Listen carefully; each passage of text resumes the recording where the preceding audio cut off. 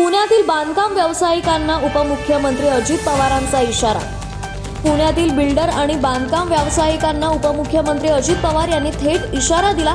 नागरिकांना समस्या येत असतील तर बिल्डरांचं काम थांबवा। फ्लॅट विकून जर बिल्डर लोकांना मस्ती आली असेल तर आपल्या हातात जी ॲक्शन आहे ती नक्की घ्या, असे निर्देश त्यांनी प्रशासनाला दिले। केशवनगर भागातील काही सोसायटींमध्ये नागरिकांना पिण्याच्या पाण्याचा गंभीर तुटवडा भासत असल्याची तक्रार नागरिकांच्या शिष्टमंडळाने अजित पवारांकडे केली। या तक्रारीकडे गंभीरतेने लक्ष देत पवारांनी तातडीने संबंधित अधिकाऱ्यांना फोन करून चौकशी केली।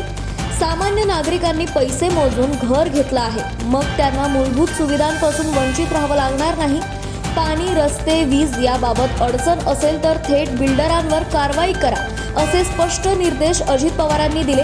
या इशाऱ्यामुळे पुण्यातील बांधकाम व्यावसायिकांमध्ये खळबळ उडाली असून नागरिकांमध्ये मात्र समाधानाचे वातावरण दिसून आले आहे। तुमच्या भागातील खरी बातमी फक्त पुणे लोकवर। आत्ताच फॉलो व सबस्क्राईब करा।